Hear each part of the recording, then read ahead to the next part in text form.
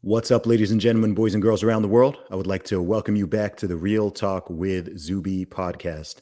Now, on today's episode, we have got on a fantastic writer. He also does social and cultural commentary. He is originally from Canada, but now residing in the USA. And this is the one and only Samuel Sey. Welcome to the show, man. Thank you, man. Thank you for having me. It's an honor. Most welcome. So, I've done a brief intro there, Samuel, but for people who are not familiar with who you are and what you do, please tell them about yourself.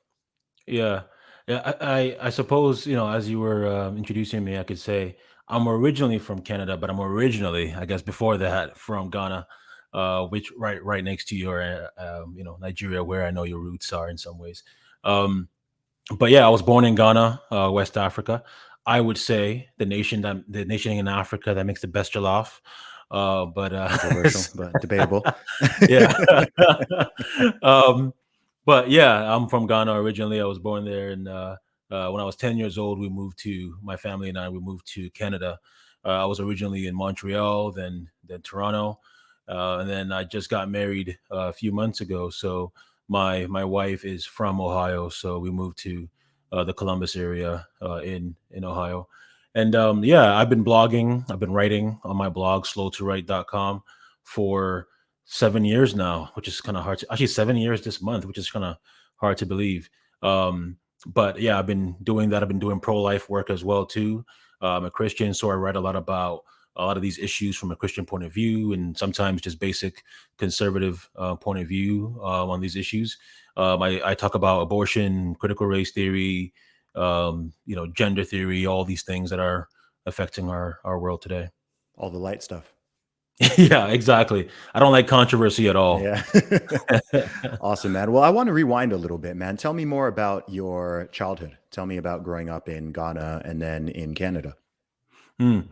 Yeah, I mentioned that I was born in Ghana, but when I said I moved with my family to Canada, but really when I say my family, I'm referring to at the time it was my mom and my older brother.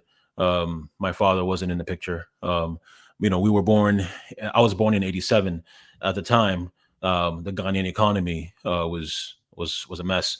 We had I mean, unfortunately, it's still a mess today in many ways, but it's better than it was in the '80s, Mm. where we had a communist dictator essentially at the time who was leading the country. So we had extreme poverty at the time. I was born in that kind of environment.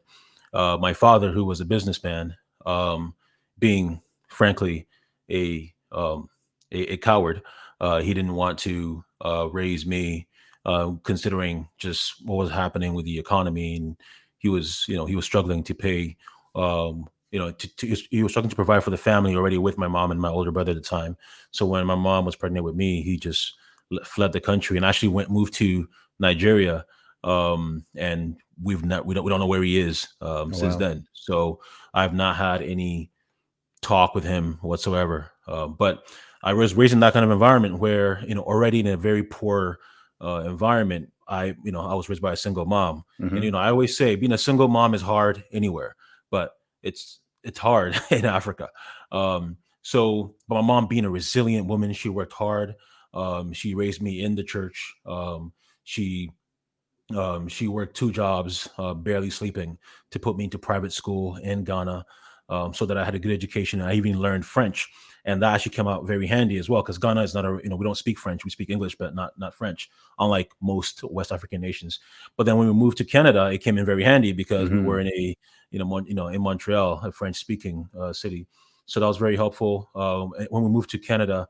Um, we were in government housing, and sadly, unfortunately, my mom had remarried another man at the time, and he was also unfortunately abusive to her. So we ended up leaving Montreal to come to Toronto. We were living in a shelter for a while, but my mom again working really hard, got herself out of the shelter and out of the government housing, and she was able to buy her own house. Where from I guess my late teens on, we lived a middle class life where we lived in extreme poverty for most of my childhood. Um, I became a Christian when I was 19. That really changed my passions and my worldview. So I became passionate about how to live my life as a believer in a world that is mostly, at least yeah, that is mostly not really Christian. So I really wanted to understand the world, and I wanted to help other Christians think biblically about the issues. So I wanted to write about the cultural issues that were affecting a lot of young people, including young Christians. Hmm. Um, so yeah, so I started writing more about racism and theology and abortion and things like that through my blog. That was in 2015. Awesome, man. There's a lot there. When you were a child growing up and going through all of this, what was it like? What was it like for you? And what impact did becoming a Christian have on that? You mentioned that there was a shift in your worldview. So, what's the difference besides age? What was the difference in worldview between 17 or 18-year-old Samuel and then 20 something year old Samuel, let alone 30 something year old? There's a big difference. I was chasing women. I was chasing girls, and I did not care much about what it meant to value another person.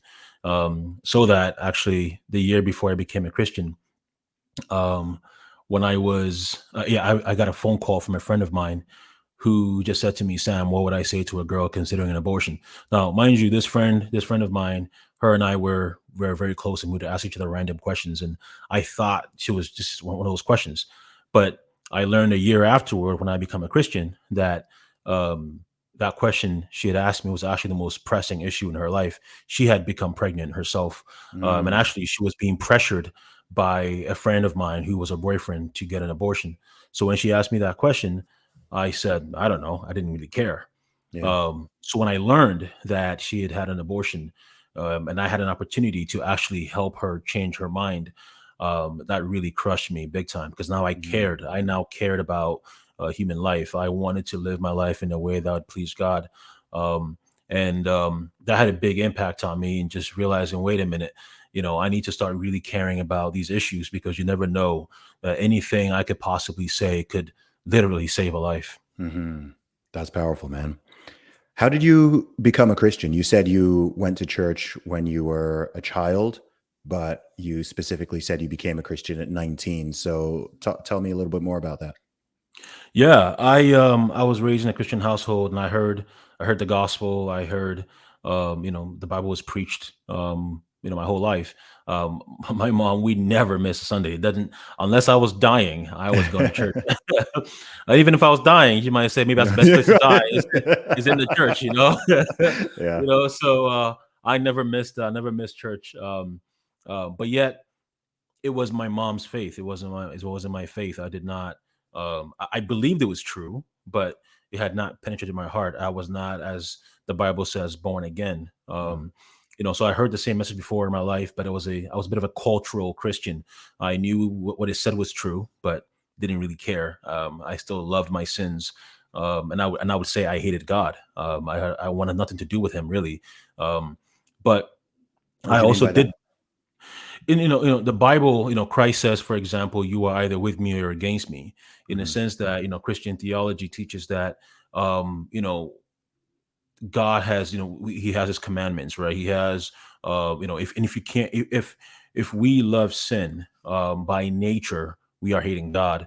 That is what Christians believe. So I recognize that, for example, when I loved, fornication and sexual sin, that was me saying I hated God's law. I did not want to obey God's law, and if I Mhm. didn't want to obey God's law, it meant that I hated God's character because it's God's law cannot be separated from His character. Um, but when I became a Christian, when I became born again, I all of a sudden I loved God and I hated my sins. I did not want Mhm. to live a life of sin anymore. So that changed. Being born again, it really did change me, change my nature.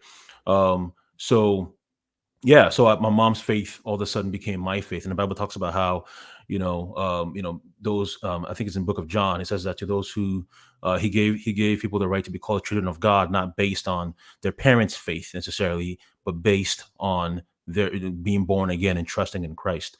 So that's what happened with me. Mhm. And so you started your blog, slowtowrite.com. You started that 7 years ago. First of all, I'm curious about the name. go by the handle slow to write. Where's that from?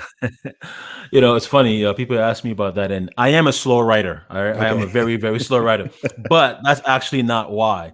It's the main reason is based off of a Bible verse. It's James 1:19, which is that everyone be quick to listen, slow to speak, and slow to anger. And I created it at the time, my blog, during again 2015 when Black Lives Matter were just really becoming prominent in the culture through the Ferguson riots originally. A Hmm. lot of people forget very quickly, suddenly, that before the George Floyd riots, you had the original Michael Brown riots, right? Hmm. Um, and as many people would know, Black Lives Matter is they're not just a chapter in America. They have their chapters in the UK and Yes. also in Canada. So anyway, I created my blog because a lot of my friends were embracing, critical race theory and Black Lives Matter, and I thought, wait a minute, everyone's being quick to speak and slow to listen. Everyone is being quick to react, and no one is really taking the time to really just read the issues and understand the facts. So I wanted to be slow to speak or slow to write through Okay. my blog. So that's how I came up with that. Gotcha. And what was your first article? Oh man, that's a way. So I think actually the first article I wrote was actually not about Black Lives Matter. I think Black Lives Matter was my second article, but the first Okay. article was actually a BuzzFeed article. Well, no, a BuzzFeed video which said I am a Christian, but and basically was saying I'm a Christian, but I'm not like those other hateful Christians out there. So Hmm. then I simply said in my the title was I'm a Christian, but I'm not ashamed, which is I'm a Christian and I affirm everything that the Bible teaches, Hmm. and I'm not going to be ashamed of that. And then I think my second article was about why I do not support Black Lives Matter, and that really got me a lot of hate. Yeah, people love that one. Of all Exactly. the 100,000 plus tweets I've put out there, the one that caused the most personal drama for me was the one I posted in 2020, explicitly stating that I don't support Black Lives Matter and that the Yeah. organization is a scam. And yeah, it's now been made very, very clear that the organization is a scam. I'm still waiting on some apologies, but Yeah. yeah, how did people react to that, especially at that time? Oh man, a lot of my friends immediately started canceling me. And when I say friends, I'm not just referring to acquaintances. I'm referring to Actual some friends. actual friends, Yep. where a lot of them commented and said, "Look, what are you talking about? You don't Hmm. believe that black people." I'm like, hey, like I'm black, guys. If you're forgetting, my mom is black. You're I where I of course I'm not referring. You see, it's a very fascinating thing that look we have to admit this. Black Lives Matter probably is the most cunningly Yes. brilliant Yes. slogan title for an organization ever. It is Literally so what I said in brilliant. my tweet. Oh, well, there you go, right? In my tweet, I said that a clever name is not enough to dupe all of us. Mm, mm, and yet, sadly, it's duped so many people, right? Millions, And billions. it's so clever that even you and I sometimes, when we're explaining why we don't support Black Lives Matter, we even oddly Hmm. sometimes to say, well, obviously, we're not addressing what it really means. We're Hmm. addressing the organization and what they stand for. Yes. Um, but a lot of people were just couldn't because for frankly, there weren't many people who were addressing the issue. I mean, I had some black friends who reached out to me saying, Sam, I'm glad you can say because I can't say I'm afraid. I'm like, wait a Hmm. minute, right? Imagine, imagine being a black man, but yet being afraid, or a black woman, but being afraid to say why you don't support a group that supposedly is out for you, Yes. right? When they are not, right? So a lot of people were like, well, I mean, how could you possibly say this? And this is wrong. Maybe you don't fully understand things. And I'm like, no, I fully understand what I'm saying. I spent a long time, many, many months studying the organization, studying critical race theory, studying all these things. And in fact, people go back to my old articles.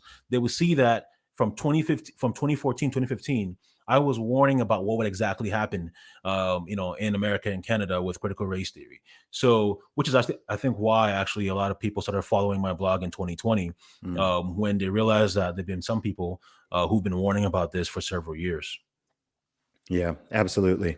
And it's always a frustrating position to be in because in some ways, when these things come to light or they come to pass, you feel some sense of vindication, but it doesn't feel. It's more frustrating than anything else. That's how I Yeah. feel. I Yeah. felt this with the BLM issue for sure. Same thing as you. Yeah. Even with a lot of the stuff that came out of the so-called pandemic situation, things I was warning about back in 2020 or 2021 regarding mental health, regarding the economy, regarding some of the policies and where they would lead, and so on. People were just saying, "Oh, you're selfish. You don't care about people. You're pro the virus. You Yeah. want grandma to die, so on and so forth."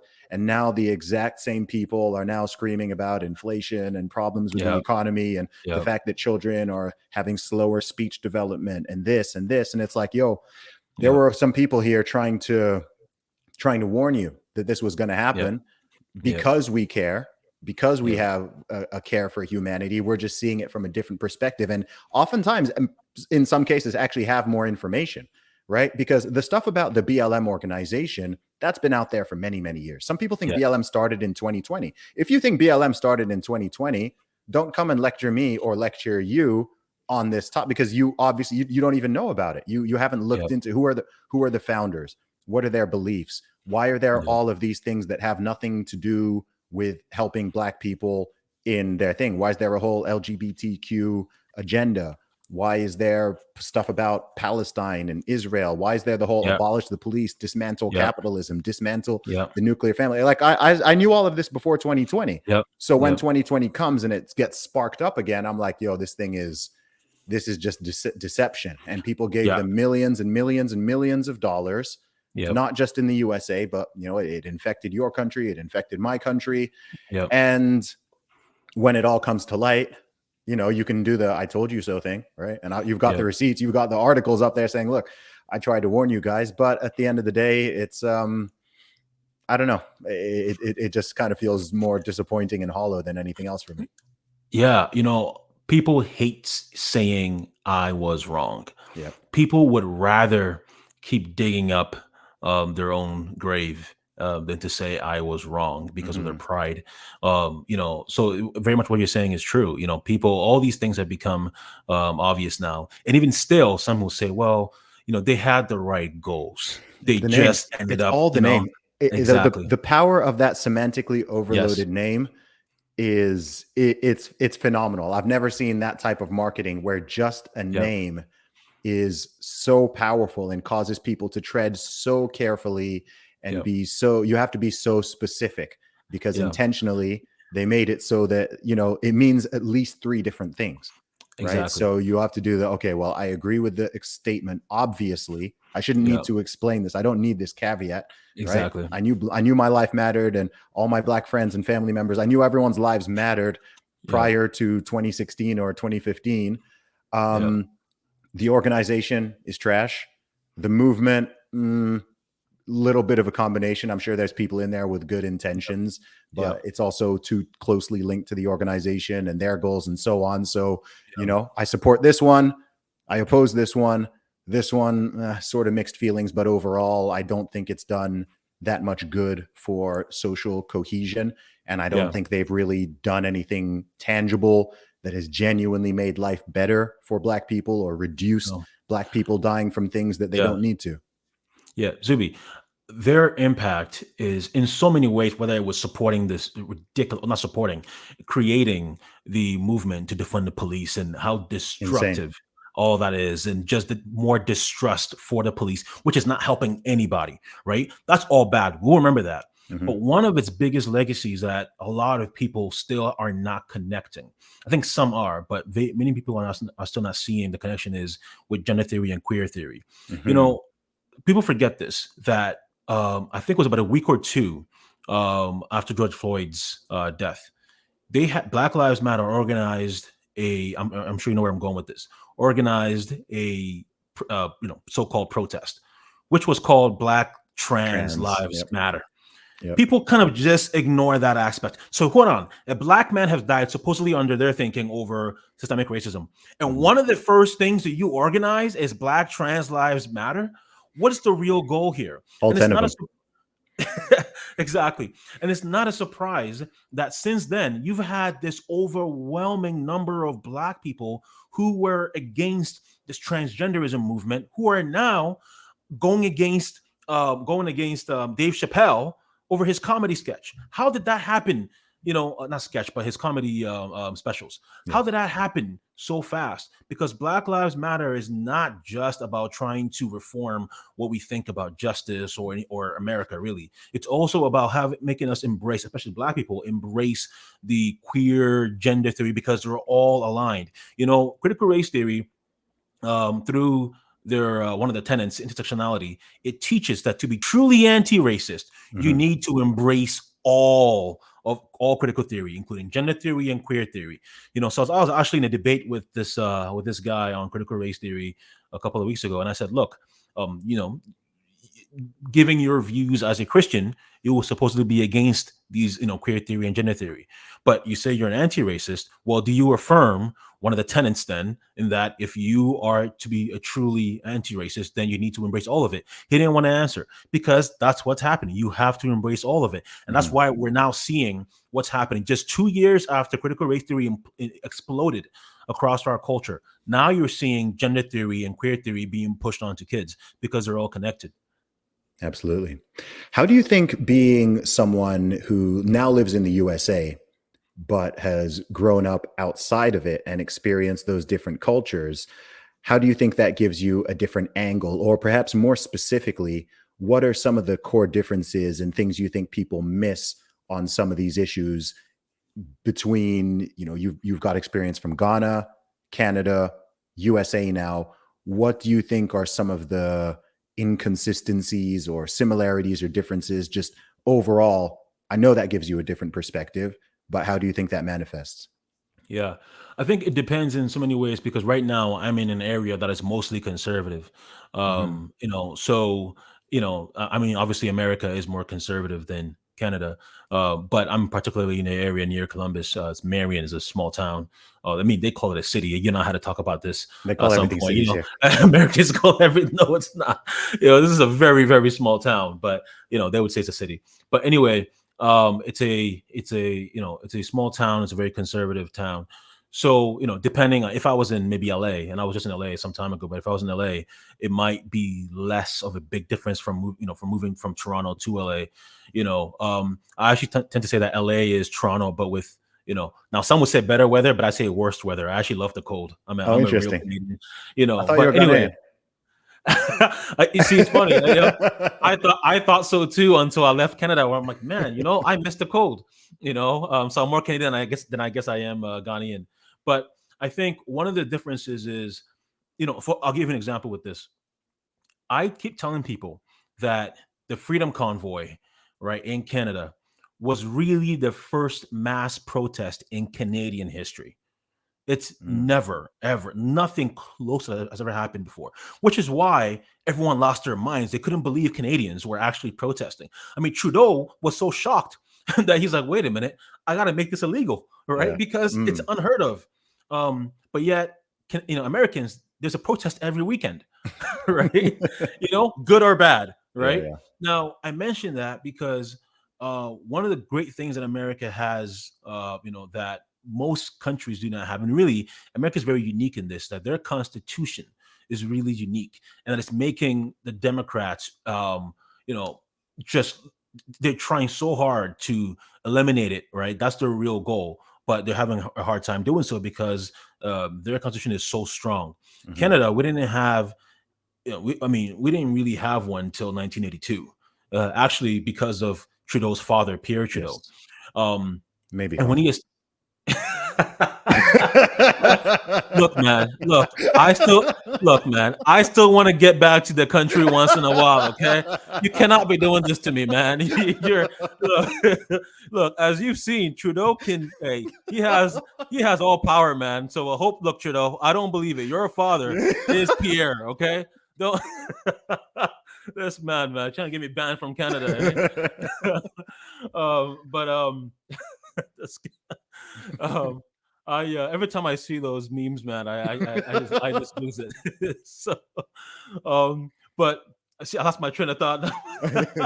But yeah, with the Freedom Convoy, because we don't really have, frankly, your rights, because our constitution says that we have we have our fundamental rights, but really depending on on the government, right? So then with COVID, they were able to say, well, no, this is a special issue here where we need to eliminate your rights. So Americans have their constitution, which gives them strong rights in a way that many Canadians don't. But at the same time, I really miss being in a city. I really miss, in Canada, we all conservatives know each other. Basically, there's all nine of us. We know each other. So I was always amongst, leftists that Mhm. I could just really understand, figure out what do they really care about, what are their goals, and understand them, and right, challenge them, talk to them. They will challenge me, and America, it's good and bad, but America really is the United States of America in the sense that you have states that are completely different than the other, right? So Ohio right now is very different from a New York or a California. Mhm. And that's good because then it gives people a choice to be able to just go where they want to be, right? It's good. But at the same time, it creates an echo chamber at times, right? Mhm. Where it doesn't create good dialogue, where it can create a lot of trouble for national unity. Now, with Canada, we're, I guess, united in some ways, but the problem is we're united for leftism in Mhm. many cases. So that are some of the differences that I have, that I'm seeing at least on a national level here. Why do you think Canada is so much more lefty than the USA? Oh man. Well, you know what? This might be a bit controversial here because I think it relates to your nation in some ways, in the sense that I think a lot of it comes from when the U.S. Decided to rebel against the UK. It created a natural rebellion for authority, Mhm. right? Or I say authority more. Well, I guess that too, but really for authoritarianism. Yes. Canada ended up saying, no, we are going to stay with the British. Now, that's depending. Now, some will have different views on it. That's fine. But it created a natural tendency to um, want authoritarianism. Mm. Um, and I think that's been the big shift. So from the very beginning, you have these two nations, which in some ways culturally were very similar, going different paths over this. Now, Canada still maintains some level of conservatism, of course, but then Trudeau, the original Trudeau, Pierre Trudeau, he ended up bringing what he called the multiculturalism agenda, which ended up creating more and more leftist policies through. Now, look, I support immigration. I'm an immigrant, right? Mhm. But his reasoning was really to, frankly, to remove the Canadian identity into, calling what they now call diversity is our strength. If you ask the average Canadian, what is the Canadian identity? Like, what makes us who we are? They would just say, well, multiculturalism. Yes. Well, but then multiculturalism itself is not an identity. It's Mhm. saying everyone can be your own thing. Well, that's not, unifying to a nation. So I think it stems from all of that. That's interesting, man. So I want to get into some of your writing because you tackle a lot of difficult topics. As you've already mentioned, you talk about religion, you talk about race, you talk about the abortion issue, you talk about a lot of the hot button topics that are going on, not just in the USA, but in the wider world. So you told me a little bit about how you got into that, but what is it that what is it that drives you? What is it that makes you feel so passionate to the point that, because not a lot of people have blogs. Like we all have opinions and ideas, but not a lot of people have the passion to write it. So what's the through line between your various writings? Mhm. Um, as a Christian, primarily as a Christian, I want to honor God. If God has given me a skill to write, I want to use that to honor Him and to, hopefully bless people. So that is primarily my goal. I want to obey God, in every capacity, including in my writing. The other reasoning is that I have a lot of fears. Okay. I'm terrified of heights. I hate being on a plane. I despise being on a plane. I don't like bridges, especially over water, because I Mhm. can't swim. I'm thinking something goes. I mean, look, if the car, I'm I'm strange because, of course, something goes wrong with the bridge. Swimming is not going to be my problem, right? Gotcha. I'm a goner. Nevertheless, I just don't like large bodies of water because I just know I can't swim. Hmm. Um, I say that because I'm afraid of things like that, but I'm not afraid of people. I'm not Mm. afraid of getting canceled. I'm not afraid of consequences of anything that I write. And I never anticipated that writing and saying, look, saying, I mean, you know this, I'm not different from what I was 10, 15 years ago. It's bizarre right now saying, you know this very well, but saying that a man is a man and a woman is a woman, that men cannot become women. 10 years ago, the hardcore leftists would say, yeah, Yeah. well, why are you saying that? Right. But now we are radical, Yes. so I'm not afraid of saying things that were mainstream 10 years ago. So I think oddly, not many people are like that. Not many people are afraid of people, and I am not. In part because I'm a pretty big guy, so that helps a little bit, I guess. But so I'm not afraid of speaking truth and then dealing with its consequences. And I know that not many people are that way. Hmm. I mean, people email me saying that, look, you say things that I can't say, and also especially on the critical race theory issue. Yeah, you can call me an Uncle Tom, you can call me a house Negro, you can call me whatever. I don't care. Yeah. But a white person, let's be honest, a lot of white people are deathly afraid of being called a Hmm. racist.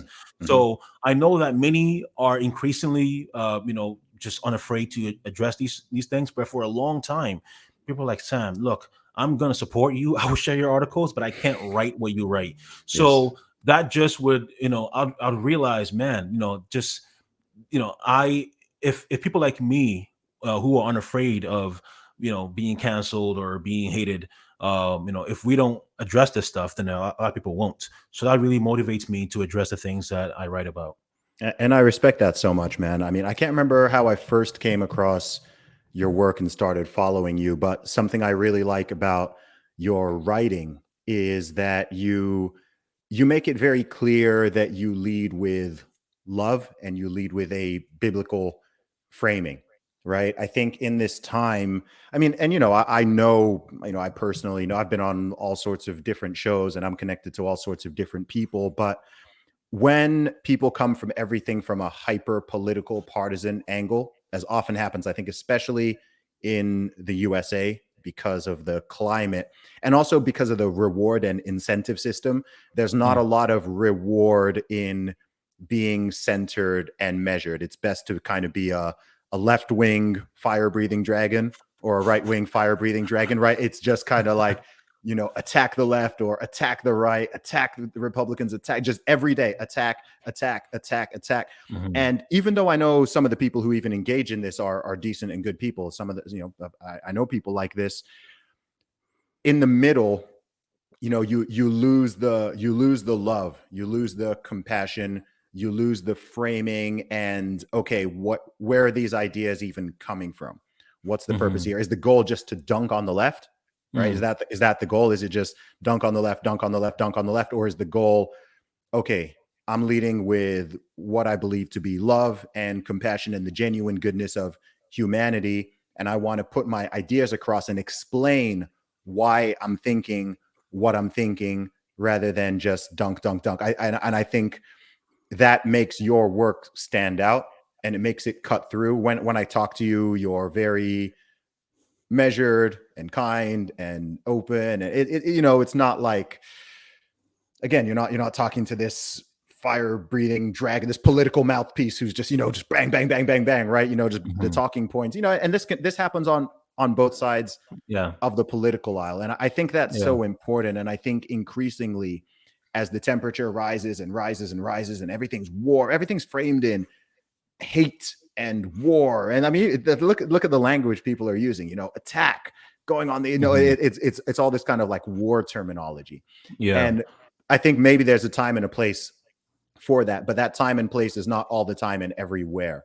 And I mhm, think as a Christian, especially in this sort of climate, I think it's good to have people who are just more measured and balanced in the approach and who even understand alternate perspectives. So you may not agree with them, but you were surrounded by all these lefties when you were in Canada, so you can at least understand Oh where yeah, they're coming from and not just go straight to the demonization and dunking. You might be like, look, I think this is totally wrong. I think yeah, I think your view on this issue is wrong, and here's why I think it. Here's my framing of beliefs and so on. So I yeah. think your work is fantastic, man. It really stands out. Well, you're very kind, man. I really appreciate it. It means a lot coming from you. It really does. So thank you. I was telling what you said about maybe part of that being because I've been able to engage with leftists and stuff. I always tell my wife, and she doesn't. I mean, she understands it, but she's always kind of amazed by it. Which is, I miss being around the crazies. I miss it because Interesting. I enjoy. I really enjoy learning from them. And honestly, it gives me good material for my writing too. So I enjoy being around them and learning from them and understanding, and it helps me hopefully be. I'm confident that if I wasn't in the environment that I was in Toronto, I wouldn't be able to hopefully be able to understand what leftists are thinking, to be able to Hmm. address it and help present it to conservatives so that they can understand what is really going on. But also, what you said about me being kind, again, I'm very grateful for that. One of the things that I really stand by what I always say, and it's really influenced by being slow to write or being slow to speak. It is that I want to be candid yet kind.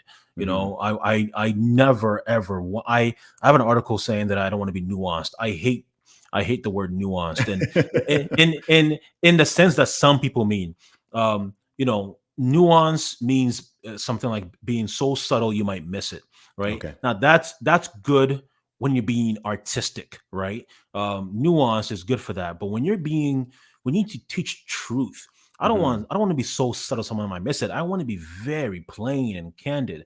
Um, so I try to write in a way that's very candid, but hopefully kind. Hmm. And look, I don't. My goal is not I mean, of course, part of my goal is to make people become conservative, at least in affirming human rights for all. Hmm. And protecting families, protecting individuals, protecting children, whether it's against gender theory, critical race theory, or especially abortion. Hmm. Um, but my goal is not to make people become conservative or Republican primarily. Yes. As a Christian, my goal really is to help people love God and love their neighbor. Now, look, at the risk of offending people, I'm candid, right? As a Christian, I believe that there is a heaven and a hell. I Hmm. believe this, and there are leftists in hell, and there are Republicans and conservatives in hell. What I want is for people to love Christ and to love God and to love their neighbor. That's really what I'm addressing, and I'm addressing that within the context of politics, or Republicans and leftists and all that. But hopefully, I'm using that a way to draw people to saying, look, Christ is the truth. If we really want to understand truth, well, we find that truth in Christ, and that's what I'm trying to do. Hmm. Something you talk about in several of your articles, and it's something I've noted as well, is that we're living in a time where it's very clear that a lot of Christians and churches themselves, and even church leaders, are bending themselves to completely conform to, honestly, this new secular religion of, whether you want to call it wokeness, you want to call it leftism, you want to call it, this combination of critical theories and ideologies. They are leaning into that more than they are leaning into the Bible and actual Christianity. I mean, I'll be straight up. I think Christianity in the West has become extremely soft and extremely diluted and watered down in incredible huge number of ways, to the point where it's indistinguishable from like actual woke progressivism. I mean, you've got some churches, not all churches, perhaps not even most, but you've got some who are just completely on board with a very anti-Christian worldview, whether this is them being pro-abortion, this is them throwing up rainbow flags all over the place, this is them supporting Marxist organizations like BLM. I mean, there's churches where you've got BLM flags and pride flags and you don't even have a cross, Hmm, right? And they're hmm, calling themselves mhm, Christian churches. mhm. God's pronouns are they, them. I saw that sign not so long ago. Yeah. This type of stuff. So I mean, I don't even know what the question is here, but what do you think is going on here? Yeah, I was gonna say, if you don't have a question, don't worry. I have a lot to say about that Okay, anyway. 'Cause go off. I'm I there's so many reasons why we are where we are. One is it's just as true for especially for Canada, but in America as well too. It used to be that one of the reasons why people refer to America or Canada or even Britain as Christian nations, they weren't saying that these nations were only exclusive to Christians, but they were saying that these were Christians. So these were nations that were highly influenced by Christianity to the point where churches built hospitals, churches built schools. Mhm. It was impossible not to be affected in one way or another if you were living in these nations by Christianity. But what happened is a lot of these churches, a lot of these Christians decided to leave everything up to the government. Well, once the government, as we've come to learn, the government never does things well, Mhm. and that's so over time, the church has become increasingly irrelevant to a lot of people. Where now, when people are struggling, instead of just going to a church for help, they would just say, "Well, where's the government agent?" Right, and the government agent is not going to help them as well. So that's part of the problem. But I think in terms of churches or pastors getting soft, you know, people, sometimes would say to me when I'm being candid and yet hopefully kind, but just by being candid, they will say, "Well, you're being mean and everything." I'm like, man, you wouldn't survive in Africa. Yep. Yeah. Like, man, like you are butter soft. Yeah. Man, not to make light of bullying, okay? I want to do that's probably, whenever you say that, you probably don't know where it's gonna go. But not to Mhm. make light of bullying. But I always say, you know what? My biggest bully when I was a kid was my mom. Okay.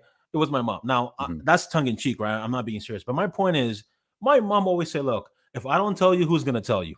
Right? That's what she would always say to me. Now, it wasn't insulting or anything like that. It was just hard things to hear that as a Mhm. kid, I might say, oh man, I'm being bullied, but that wasn't the case. But you're just telling me hard truths. And I appreciate that. Look, you know, in many ways too, of course, a lot of churches in Africa are not healthy as well too, right? There's a lot of the prosperity gospel, saying that if you give me money, God will give you $1,000 or whatever it is. Yeah. Yeah. But the one thing that I'm grateful for is that an African pastor will tell you what they're thinking. Mhm. They're not going to dance around it. They'll just be straight to the point. And that's just part of our, I mean, I know obviously, there are many different African cultures, but generally, we just like to be straight to the point. And people in the West don't like that.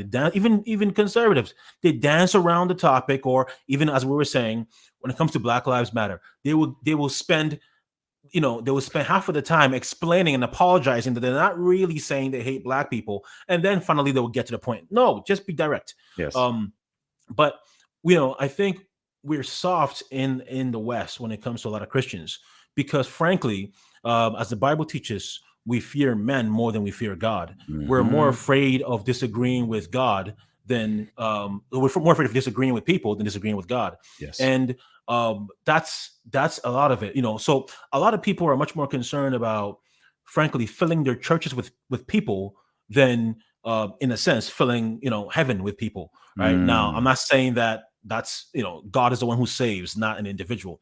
Nevertheless, a lot of people care much more about their own so-called ministries. I've had calls from pastors saying to me, Sam, I'm struggling with this critical race theory stuff because people are telling me I need to start teaching it. Otherwise, people from my church will leave, or no one will come to my church. I'm thinking, what are you calling me for? Like, what are you doing? Like, what the Bible says. The Bible says preach in season or out of season, which basically means preach the truth, preach what the Bible says, whether people are against you or not. Be Mhm. faithful to what you've been called for. But people are so afraid of offending people and, frankly, losing their so-called ministries that they don't want to teach the truth. And I think there's several reasons, but another reason is um, a lot of Christians are ashamed of our history, right? In the sense that um, in the West, you had a lot of Christians supporting slavery and segregation. Mhm. And now, of course, it was also Christianity that ended slavery and segregation as well, too. The civil rights movement, for example, were led by Christianity. Nevertheless, a lot of Christians, sadly, or people who claim they were Christians, supported segregation and then, to a certain extent, also slavery. Mhm. I think that's made a lot of Christian leaders today. They've become so embarrassed about that history. Now, of course, as a Black person, obviously, but as a Christian, I'm not thrilled that some Christians, supported these things, but it's not surprising to me because they're sinners. All right. Nevertheless, I think so many people, they don't want to repeat what happened with their forefathers. So they say, well, I want to maybe the same way that some Christians in the past were wrong about supporting um, um, you know slavery or segregation. Maybe if I'm against critical race theory, I might be wrong as well too. The Hmm. problem is they're actually repeating the same thing their forefathers did, in the sense that, you know, people who were supporting slavery, the Christians who were supporting slavery, they were doing so against what the Bible teaches. Yes. People who were supporting segregation, they were doing so against what the Bible teaches. They were actually agreeing with the culture at the time. So, Hmm. ironically, some of these pastors or some of these leaders who are embracing critical race theory, they're doing so for the very same reason that their forefathers did, which is because of the culture, right? You can't shift based on the culture and thinking you'll be right. No, just agree with the timeless truth from God. Hmm. And I'm even more concerned with, man, I'll be straight up. I'll be candid in the way you are. No, the thing that makes me just cringe and shake my head the most is when so-called Christians, let alone so-called Christian leaders in the West, like, support abortion Mm, and are pro-abortion. That's the yeah. one that just makes me like, I don't know, something like critical race theory. It's kind of like you can more easily. Number one, I think the effect is less lethal, right? Mm, Um, mm, Clearly, right? It's a less lethal thing, and it's something where you can sort of see how someone gets, their compassion gets hijacked, and it allows people to yeah. use this stick to beat them with, that kind of thing, right? Mhm. Um, but that one, I'm just like, that is so unacceptable. How are you a pastor supposedly, or and you're literally supporting, and so, like, you're talking about abortion in positive this positive light, right? You're feeling awful, and lamenting any new bill that's passed, or you're lamenting and crying about the overturning of Roe versus Wade. That's the ones where I'm just like, oh man, like, and I know this isn't necessarily new. I think the Yeah. only thing new is we can now see so many people's different opinions via Twitter and all these other mediums.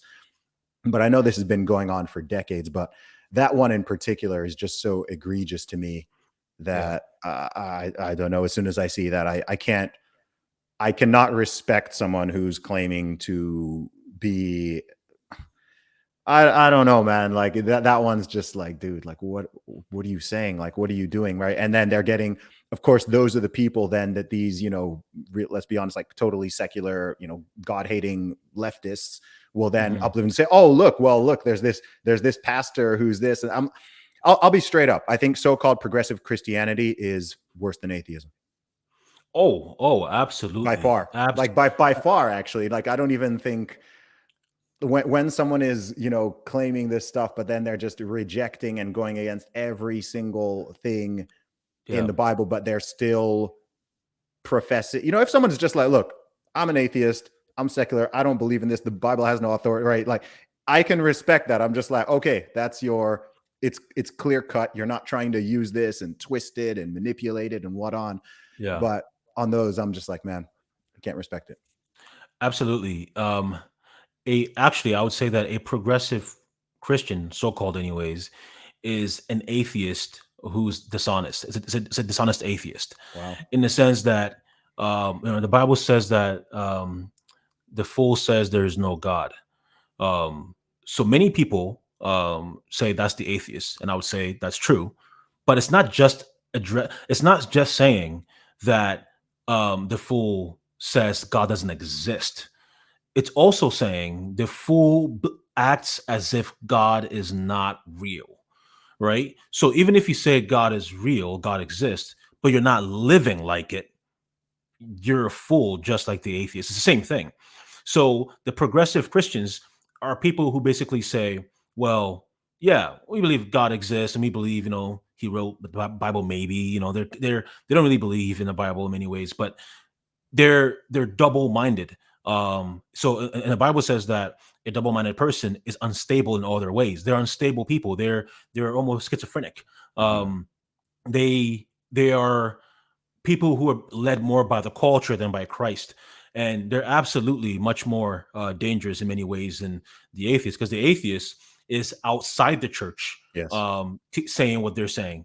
The so-called progressive Christian is inside the church, deceiving many people. They are Mhm. the wolves in sheep clothing, and they're much more dangerous. They're the kind of people that are leading. Look, people don't know this.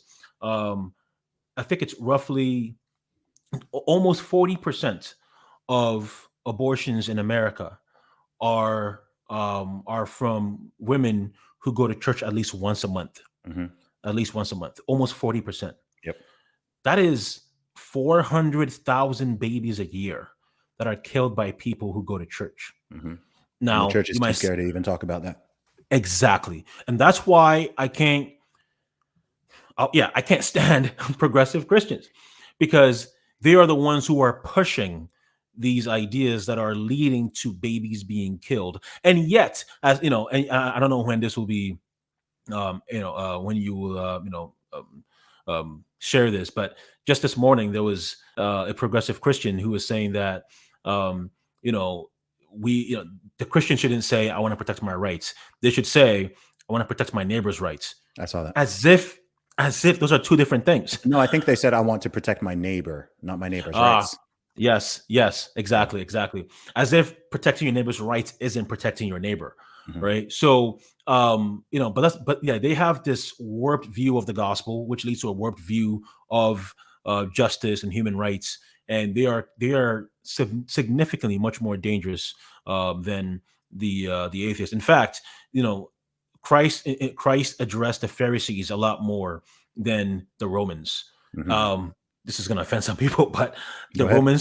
the Romans would be, I guess, the atheist, and the Pharisees would be the progressive Christians. Mhm. And that's, so for me, I'm much more, obviously I'm not an atheist, and I think that's also a concerning, they won't like this, but it's also a religion. To be an atheist is a religion. We are all religious in some way. Nevertheless, the most dangerous religion, I think, is the counterfeit to the truth, which is progressive Christianity. Mhm.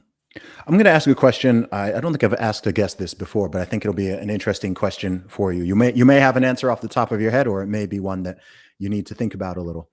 Um, what do you think that I don't like to use the terms the left and the right, but I'm going to make an exception right here. In this modern Western era, what do you think what do you think is the most valid or thing that people on the left generally are most correct about? And Hmm. what do you think is the thing that many modern conservatives or people on the right are generally more wrong about? Is there anything? That's a great question. On Mhm. the left, what I'll say they're right about. Okay, so maybe I can answer it this way. Okay. I did a like I said, a discussion or a debate with a critical race theory some time ago, and one of the issues of what he thought might be a contention was that the West is broken, Mhm. right? As in like the Western society system itself. So I agree with you. Of course, it's broken. There's no perfect system in this world. Every system is broken. Mhm. So leftists are not satisfied. Well, they are completely against, but yet they wouldn't think they're not satisfied with freedom, right? With liberty. That's not enough. Well, Mhm. I'm not either, because I recognize that there's always going to be injustice. So leftists are right to want to eliminate all disparities and all, not just the disparities, but all inequality. Unfair discrimination or Exactly. Yeah. They're right to do all of that.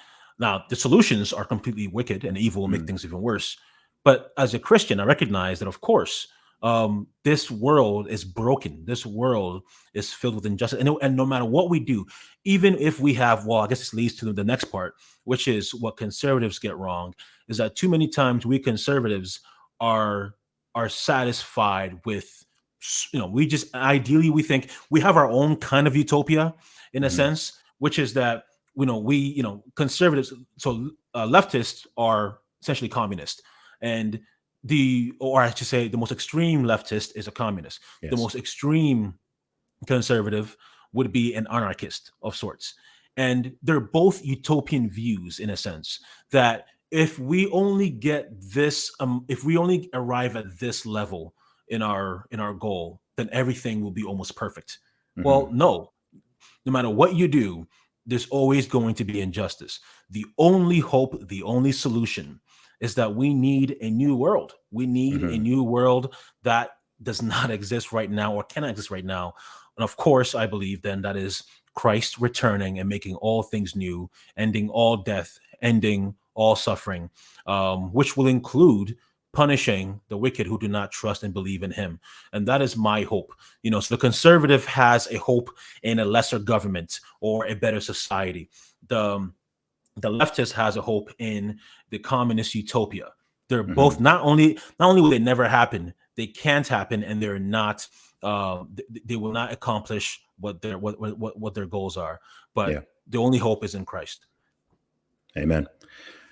Of all the various issues and topics that you think about and discuss, what with where we are right now, we're in such an interesting and unique place and time in human history. I say this all the time. There's so much to be excited and optimistic about. Simultaneously, there's so Mm, much to be disturbed and feel very pessimistic about. Um, so actually, let's answer both of those questions. What gives you the most hope and optimism about where society and culture is? And what is it that concerns you the most out of all these different issues, all these things going on? What concerns you the most? You can mhm. answer either one first. I should probably answer the second one first, Okay. which is what concerns me the most. What concerns me the most is how quickly and radically we are moving. Where I've seen there's obviously gender theory, queer theory, transgender ideology, everything that's happening with that. Um, you know, Recently there's that Boston I'm forgetting hospital. I'm forgetting the exact name where they were they were e- essentially they had an ad getting kids to actually I'm going to butcher the name. I'm forgetting what is that. What is it called? The surgery that removes a woman's fallopian tube and basically removes their entire womb. Hysterectomy? Hysterectomy. Yeah, that's what Yeah. it is. Yeah, they're pushing for that. It's an ad for a hospital. Hmm. Even 2 years ago, maybe this would be unthinkable, Yes. and it's happening already. That is terrifying to me. Hmm. And what's also scary to me is here's what happens anytime you have radical things like that happening so fast. What was radical 2 years ago becomes normal. Hmm. That scares me. Yes. So for example, okay, I'll be candid. Go for it. A lot of conservatives were against gay marriage just 5, 10 years ago. Hmm. Now they support it. Hmm. Here's the issue with that. You don't arrive at, gender ideology. Look, if you say now, if someone says, that's what they believe, fine. But the issue is this. If you say that two men marrying each other is the same as a man and a woman marrying each other, you've already blurred the lines of what it means to be a man and a woman. That's naturally going to create a trajectory that leads to, well, why can't a man become a woman? Why can a Hmm. woman become a man? Some will say, well, no, that's unfair because that's one's about biology. And well, marriage is also about biology as well. And I think we've been blurring the lines for a while, where now so many of us are forgetting because we're all focusing on increasingly how radical things are going. We're Hmm. forgetting. So right now we're focusing on, well, what it means to be a human, what it means to be a man or a woman. Yes. Well, we've ignored what it means to be a family. What does that Hmm. mean? So now you have kids, for example. So we can say, oh, man, how terrible is it that we're forcing and manipulating kids to have hysterectomies?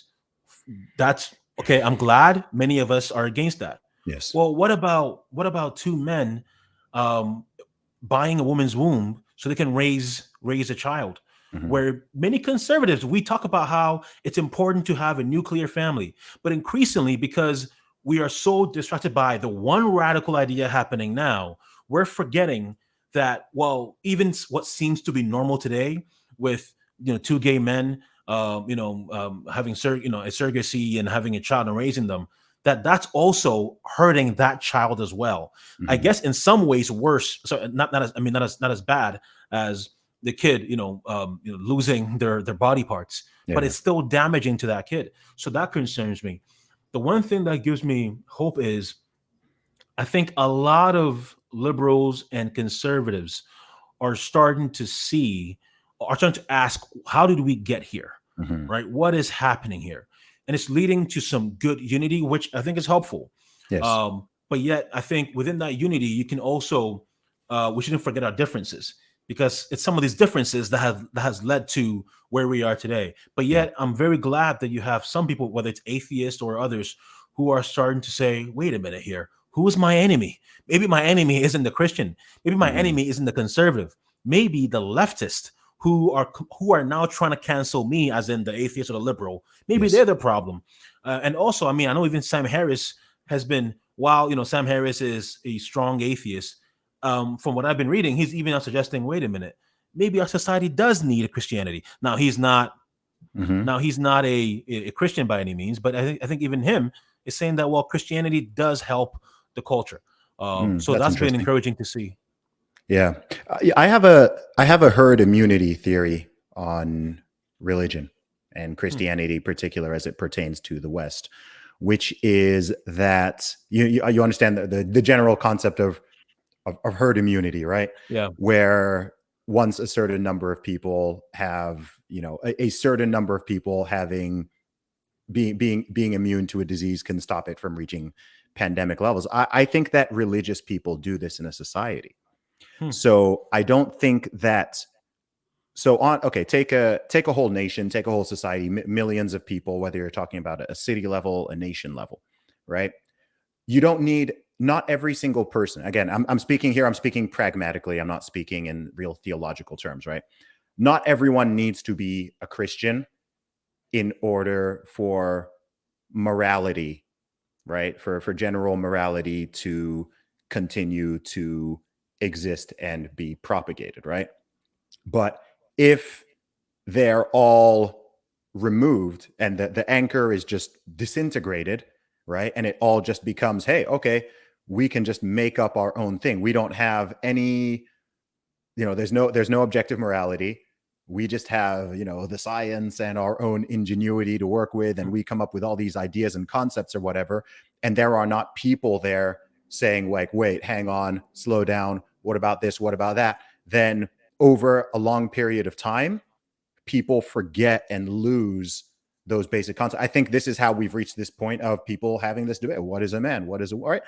Christians aren't having that conversation. Muslims aren't having that conversation. Jewish people aren't having this conversation. What is religious people know what a man is. Religious people tell you what a man, there's a woman.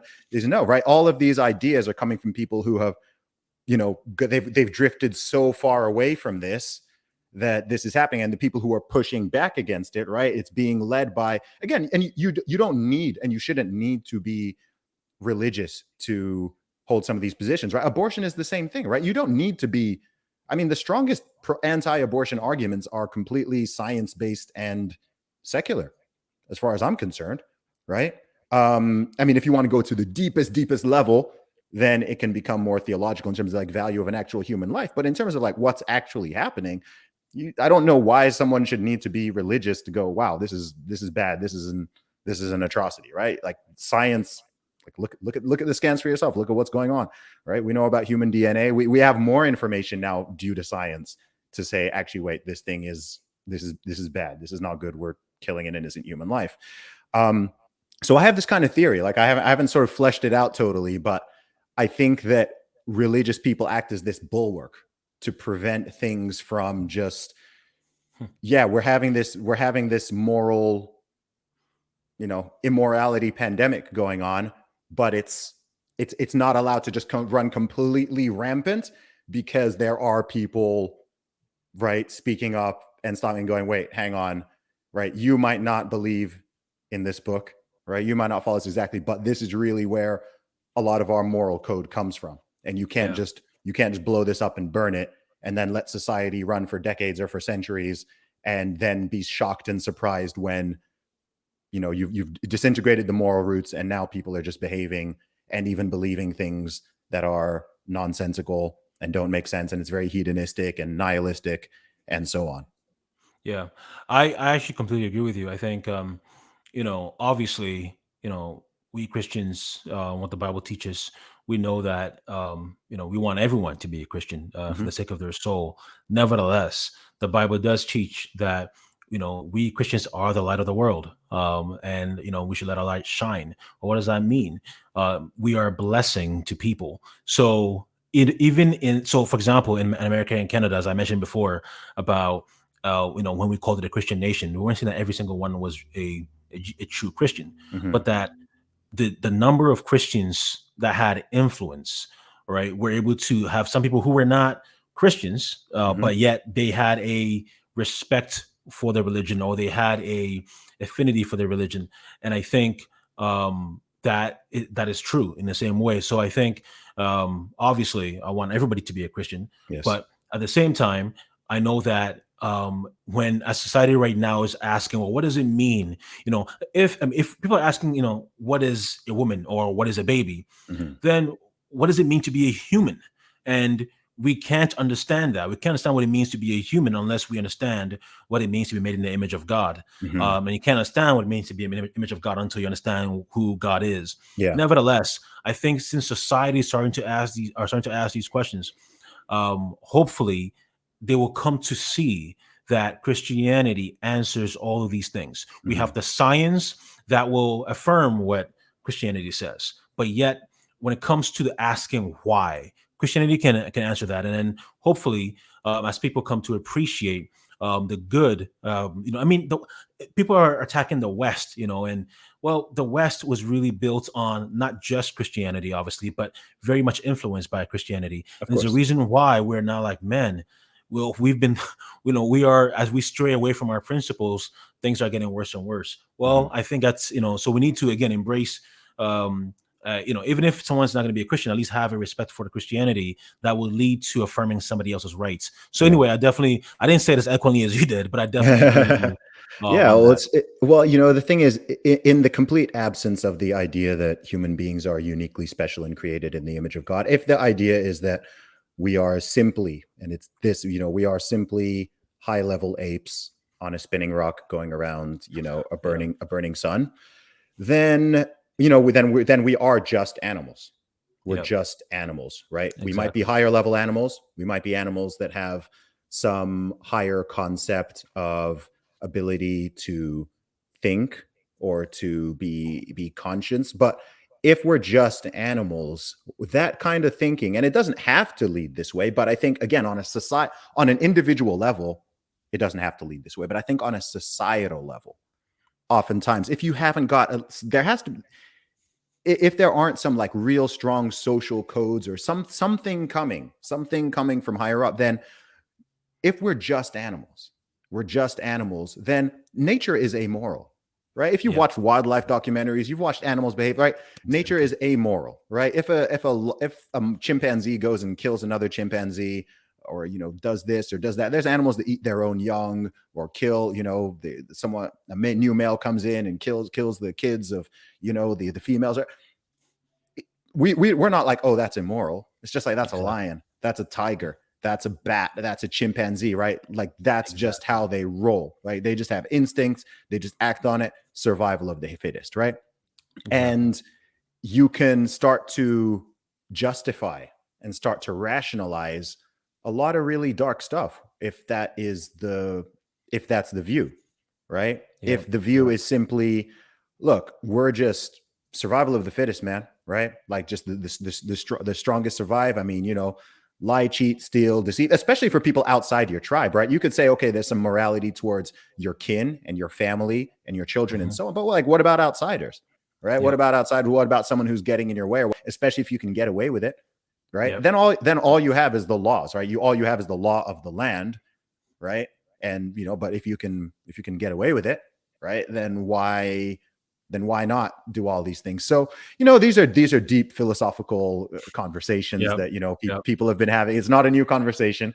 People have Yep. been having this for centuries, but that's what I think about when I think of this kind of like religious herd immunity Yeah. idea of I just don't think you can't just gut all of these moral roots and gut all of Christianity and just throw all Yeah. that away. Oh, we're so smart after these thousands of years. We can throw all this away Yeah. and we're magically, because you can't have a void.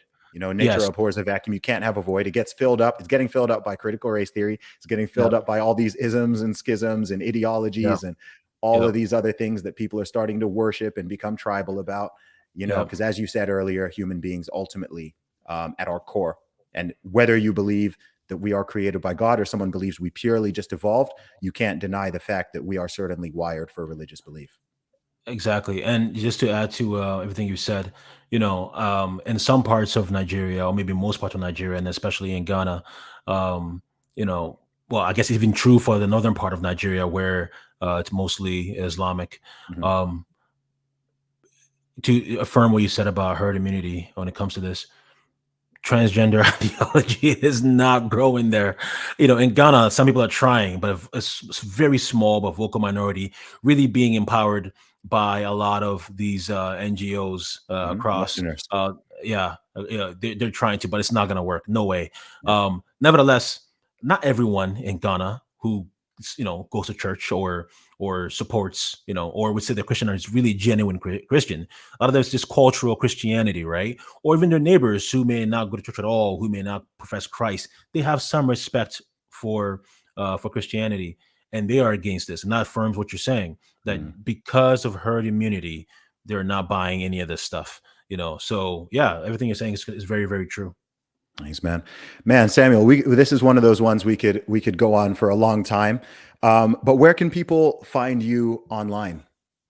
Yeah, they can find me. Well, one, I've really enjoyed this, man. It's just been a good conversation. I was before we did this, I asked you, "Hey, man, what are we talking about?" And you're like, "Oh, man, you just want to have it, just a good talk." I'm like, "Oh, Yeah. man," but I'm a writer, man. I'm comfortable writing. I'm not really a speaker yet, but I've really enjoyed it. It's been very nice and simple, just having a conversation. So I really enjoyed it. So thank you for that. But yeah, they can find me on Twitter, Facebook, Instagram at slow to write. They're not gonna find me on TikTok. No That's dance videos? I I mean, Don't hey, disappoint the people, Samuel. hey man, I'm a Ghanaian. I I can dance, but nah, man, I wanna keep my reputation as a nice and cool, collected Westerner. But no, they can also find me, of course, at my blog, Slow to Write. And if they choose to, they can support me as well too. But yeah, they can find me on my blog and social media pages at Slow to Write. Awesome. Samuel Sey, thanks for coming on Real Talk with Zuby. Thank you. Appreciate you, man.